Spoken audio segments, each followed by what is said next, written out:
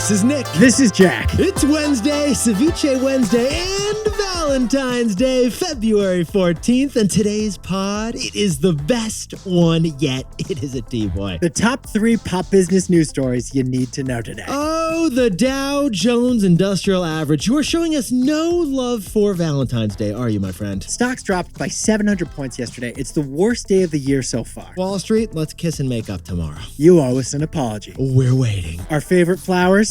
Tulips. But Jack, first story for today's show. What do we got, man? For our first story, the top dating app in America isn't what you think it is. The top dating app is LinkedIn. LinkedIn is for lovers because love is often found at the workplace. For our second story, Beyonce just announced her next album. And guess what?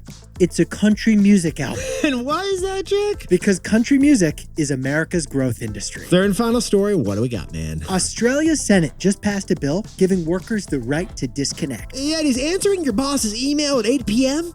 may soon become illegal. But Yetis, before we hit that wonderful mix of stories today. Wild mix of stories for Valentine's Day. Yesterday, you may recall, Nick and I opened up our hearts on this podcast. Yesterday, we shared our love letters to 2 of our favorite brands. Jack and I, we were feeling the vibes. We got a little poetic. Nick and I wrote poems about our favorite companies and we read them aloud. Jack and I whipped up a couple of publicly traded poems. I crafted a love poem to Birkenstock. I'm still crying. Nick crafted a love poem to Chipotle. I'm still eating. Now, many of you responded by sending us your own publicly traded poems. So Jack and I jumped to TBOY style and we read all of your publicly traded poems. And on this Valentine's Day, we want to do a reading of a couple of our favorites. Jack, the floor is yours. Kick it off. This is a poem from Gina Christina from New York about Sweetgreen. Thanks for clearing my throat for me, Nick. You're welcome. I got your back. You know my order in the peak hour. A harvest bowl is what I devour. Kale and quinoa dance in the bowl, with chicken and apples, a symphony whole. Tossed with care, a vinaigrette's embrace, each bite a moment of grace.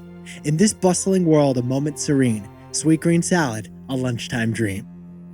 Snap, snap, snap, snap, snap, snap. All right, that was the first poem on Sweet Green. Our second poem is from Chirag about NVIDIA. Here we go. You are more than a chip. You are a work of art. You make my heart flip. You are a feast for my heart. You are the leader in graphics. AI is your core. And so far this year, no stock's risen more. Isn't that the truth? And finally, Misha wrote this one about Peloton. Roses are red, violets are blue. Peloton stock? I've lost hope with you. It's short, it's sweet, and it cuts to the core. Snap, snap, snap. I haven't sold my Peloton stock, by the way, but I'm thinking about selling my bike. Jack and I, we feel you, Misha. Yetis, thank you for your legendary TBOY poetry. Besties, thank you for that prose. Happy Valentine's Day. Let's hit our 3 stories. 15 years before this song, 2 boys from the Northeast met in a dorm. They had an idea that caused a cultural storm. It's the best one yet, but the best is a norm. Jack, Nick, that's it. I don't even think they need to practice. 50%, that's a fat tip. TBOY City on your at-list. If you know, cause we ready to go. We can't wait no more, so just start the show. Start the show. For our first story, the most powerful surprise dating app right now, it's LinkedIn. Rule number 1 of LinkedIn Dating Club, don't talk about LinkedIn Dating Club. Yetis, one of our favorite stories from last year. We actually did our live show. Jack, it was about alternative dating apps. What the heck are we talking about? Instead of using traditional dating apps, more and more people are using non-dating apps to find dates. You didn't meet on Tinder, you met on Yelp. And what does that look like, Jack? You both left a glowing review about the same restaurant on Yelp, so you connected on Yelp, and now you're dating. Thanks to Yelp. There you go. Well, the reason we're turning to non-dating apps is because the majority of dating app users feel overwhelmed and disappointed. Because on dating apps, when your face is getting swiped or not swiped, it's tough not to feel judged. In the last year, that's why Match's stock is down 25%. Bumble stock is down 45%. Hinge has been hurt, but there is a solution. In the meantime, Nick and I found a non-dating app, LinkedIn, that is stealthily becoming a pretty powerful dating app. According to Business Insider, more Americans are meeting their mates on LinkedIn. If Cupid had a Wi-Fi password, he'd be scrolling your LinkedIn feed right now. Now, we should point out, LinkedIn overall is just living its best life as a social media platform. Jack, could you sprinkle in some context for us over there, please? LinkedIn is owned by Microsoft, and they brought in $15 billion of revenue last year, from its 950 million users. Jack, I think that's 950 million eligible users. That's the proper term. Right. But why is LinkedIn low-key great for finding Mr. or Mrs. Right? Why is LinkedIn where Americans are finding love? Jack and I found 3 reasons why. The first reason is credibility. Because your LinkedIn profile is your life resume. Yeah, it is your dating app profile. It's pretty limited. Like, you're getting your age, you're getting your current location, and then you're showing like a picture of a puppy. Everyone's doing it. But on LinkedIn, you see that she's been endorsed for financial modeling. Or you see that he just got promoted to VP. Not too shabby. The second reason LinkedIn's a great dating app is the accountability. You can't really lie on your LinkedIn account. I mean, Jack, on Tinder, you can embellish the number of abs on that 6-pack and round up to 8, can't you, man? Or use AI to enhance your profile picture. But if you embellish that job title on LinkedIn, then your boss might see it and you could get fired, so you're not going to do that. And finally, LinkedIn has references. How valuable is that for a potential date? LinkedIn has a built-in reference feature that is basically what you wish every dating app had right now. On Tinder, you have no sense of that person's dating history, and you can't get feedback from the last person they dated. You want to talk to their ex and be like, can we just talk about a few things here? But on LinkedIn, they literally have testimonials. You'll see that Jamie's a go-getter from the beginning. You'll see that Julie takes a leadership role. Oh, and it's not just the references, the accountability, and the credibility. You learn about somebody on LinkedIn in a way you never could from Bumble. Oh, consulting project in Paris? Yeah. Je suis very interested. And if the LinkedIn date doesn't work out, you can just say it was a networking event. You've got an easy out all along. No hard feelings, but I don't want you to be my SaaS enterprise provider. Oh, and if you do find the love of your life on LinkedIn, you know what happens next, Jack? No, what? Marriage announcement on LinkedIn. Got a career milestone. I'm humbled and honored to announce I am merging with my fiance. So, Jack, what's the takeaway for our buddies finding love on LinkedIn? LinkedIn dating works because love loves work. Yeah, Eddie's funny thing. Historically, the top place where Americans met their mates, it was always at work. Because is there anything hotter than seeing someone take charge at that quarterly sales presentation? The answer is no, Jack. Get this, Yeti. 60% of Americans have had a romantic relationship with someone at work. 1 out of 4 married couples in America met at work, according to Bamboo, the HR company. Now, besties, of course, we are talking about appropriate consensual work relations where neither side has power over the other. Of course, but LinkedIn's low-key dating status is a surprise reminder of this reality. Americans have always found love at work, and in a more remote world, they still do. For our second story, Beyonce just unveiled that her latest album will be country music. Make no mistake, Beyonce is making a business pivot because country music is booming. Jack, let's go back 11 years, 2013. You and I were living in the East Village, and Beyonce dropped an album. She dropped it with no warning. This was basically the invention of the album drop. No precedent, baby. 14 songs, each with their own video, suddenly available, and there were no leaks. She created 14 music videos. She was like the biggest star in the world, and somehow none of those 14 production teams leaked that an album was about to drop. The most incredible feat of secrecy since Oppenheimer. But Beyonce's latest album was less drop and more drip. And yet that drip began at the Grammys when Beyonce slyly wore a white cowboy hat. Then this past Sunday at the Super Bowl, Beyonce starred in a Verizon commercial teasing that she was going to break the internet with a new album. And then during the big game, the website of Beyonce confirmed it. Act 2, a continuation of the Renaissance album, was dropping March 29th. Boom! Beyonce's first 2 singles on the new album are already streamable. The rest arrives next month on March 29th. But there was still one huge element of surprise to this Beyonce drip album drop. And what was that surprise exactly, Jack? It's a country music album. Beyonce is going country. What is going on, man? What? Uh-huh. What? Oh, yeah. Yeah, this is the biggest pivot in music since Lady Gaga did that duet with Tony Bennett. I think it's bigger than that, actually. Okay, it's bigger. Nah, Yetis, Nick and I couldn't believe it, but we found out it's really a country album. The evidence was everywhere. In the video, there are a lot of Revan engines, a lot of Stetson hats, and a whole lot of playing poker on the side. You can see the video for Texas Hold'em. That's the single that already dropped. There's literally tumbleweeds going through a desert and strumming banjos throughout the song. She's going from pop music to Dolly Parton. This is a full Reba situation. She is shifting her career from pop to country. From Halo to rodeo. If you like it, then you better put some chaps on it. So, Yetis, the big question is, why is Beyonce doing this? And, well, she's got a lot of personal reasons why she's doing this. She's from Texas. She grew up around country music. Looks like this ambitious talent has made country her next challenge. But there also is an interesting financial reason why she's doing it. Sounds like a lead into the takeaway, Nick. Yeehaw, Jack. So, Jack, what's the takeaway for our buddy Beyonce? Country music is a growth industry.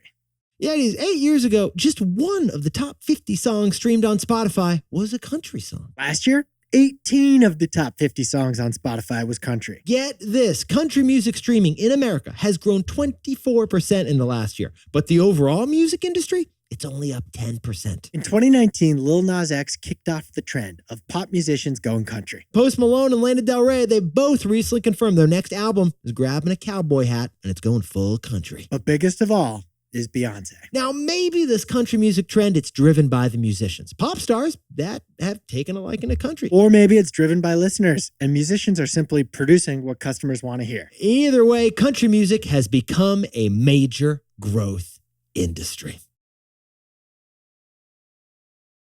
For our third and final story, Australia's Senate just passed a very interesting bill. It's called the Right to Disconnect. Should you have a right to ignore work emails in the evenings and on weekends? Yetis, you have been there before. Jack, can you set the scene for us, please? It's 7 o'clock, and you get a Slack message from your boss asking you to update the slide deck. Which you already updated. Then it's Sunday morning. You get an email from your boss asking for a memo, but it doesn't say when it's due. How about this? The 6:01 text on a Friday from Frank in Finance. Can you finish that TPS report by the end of the week? It is the end of the week. Yetis, all of that is why Australia's Senate just passed a bill called the Right to Disconnect. It allows workers to ignore calls and emails from work once they've clocked out from work. Here's what it says verbatim in the bill. It says, you have the right to refuse to monitor, to read, or to respond to contacts to you from your bosses. You have the right to not reply to your boss if it's too late in the day. Straight up Thomas Jefferson work right here, Jack. And since it's your right, it means you can log off from work without the risk of getting laid off from work. Yetis, Jack and I were fascinated about this story. So we jumped in TBOY style and we noticed Australia isn't actually the first here. There's a trend. The right to disconnect actually began 7 years ago when France passed the first right to disconnect law. In France, if a company has over 50 employees, they must negotiate a plan for when you can take calls and not take calls, and like emails on the weekends and stuff. And now Belgium has that law, Kenya has that law, and Australia has that law soon. Jack, I'm pretty sure like season 2, Emily in Paris, episode 3 is like all about this right to disconnect. You're right. A lot of conflicts there. But the right to disconnect, it brings up some complicated questions. How do you implement it? There's the question of practicality. What if your job involves deals where you have to work crazy hours? You're thinking of our first year out of college, Jack. If you're a financial analyst, you're working 27 hours a day, 9 days a week. I don't know how this is going to work exactly. And then there's the question of ambition. If I don't respond to my boss on the weekend, but my coworker does respond to my boss, is my coworker going to get promoted but not me? Does the right to disconnect also mean the right to not get a promotion? And finally, what about entrepreneurs whose schedules are crazy? Jack, the MDs at Goldman aren't going to like this. So what's the takeaway for our buddies who are everyone in the workforce? The real issue here is the productivity paradox that we all face. The productivity paradox. That is Jack's and my term for a phenomenon that we all experience. Technology has given us more tools to work more efficiently, but it's also increased the amount of work we're expected to do. Working more efficiently hasn't resulted in more free time. It's just resulted in more work assigned to you. And a perfect case study of the productivity paradox is with remote work. Multiple studies show that those working from home log more hours than when they were back at the office. And that contradiction is the core reason that governments are pursuing the right to disconnect. It's like there's a productivity arms race among workers right now, and we got to draw the line somewhere. The movement for the right to disconnect is driven by the productivity paradox. Jack, can you whip up the takeaways for us for Valentine's Day? LinkedIn has become the unofficial dating app of working America. Because historically, Americans have found their future spouse in the workplace. For our second story, Beyonce is pivoting her career from pop to country with her latest album, Act 2. Beyonce, she's in her country era because country music is a growth industry. And our third and final story is Australia. They're joining the Right to Disconnect movement. To solve the productivity paradox, Australia is letting you log off on weekends. But Yetis, this pod's not over yet. Here's what else you need to know today. First, the two big earnings reports were Airbnb and Robinhood. Both stocks jumped. Nick and I are jumping into the earnings report today, and we'll come back with more in tomorrow's pod. And second, Tiger Woods ended his relationship with Nike last year, but he just found a very nice replacement. Tiger Woods announced Sunday Red, a new golf apparel partnership with TaylorMade. And finally, a brand new dating app just launched that matches you based on your credit score, and it's called Score. Score will only let you join if your credit rating is above 645. 800? That's a green flag. You want to roll with that person. Now, time for the best fact yet. This one sent in by Brooke from lovely San Diego. It's one last publicly traded poem. Jack, I love your poetry voice. I'll give snaps at the end, but why don't you whip this up for us? I better not fumble with a dumb, cheesy line. It's hard to be humble when your profile's so fine. The butterflies rumble as I swipe to the right. High heels make me stumble, embarrassing date night. My heart did not crumble, so I swallow my pride. I'm back here on Bumble, just hitting my stride. Brooke. Artist. Well done. Poet. Well done. Langston Hughes. Yetis, you look fantastic for Valentine's Day. And you know what? You are all our Valentine, aren't they, Jack? We do love you. We love you. We love you very much. Thanks for being our Valentine. Jack and I will see you tomorrow.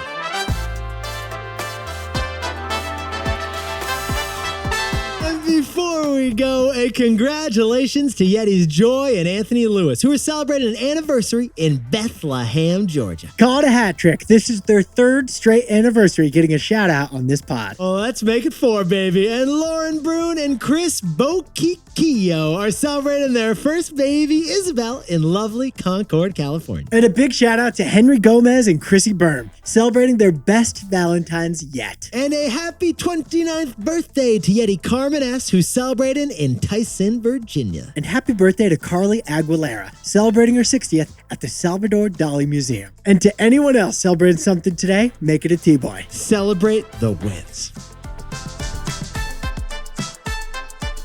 This is Jack. Nick and I both own stock of Airbnb, Bumble, Chipotle, Peloton, Robinhood, and Spotify. That was perfect. You're holding your breath, hoping I didn't continue. That was the Olympics. That was the Olympics when this happens. You know what I mean? Jack was like this. His head was down, and then he goes.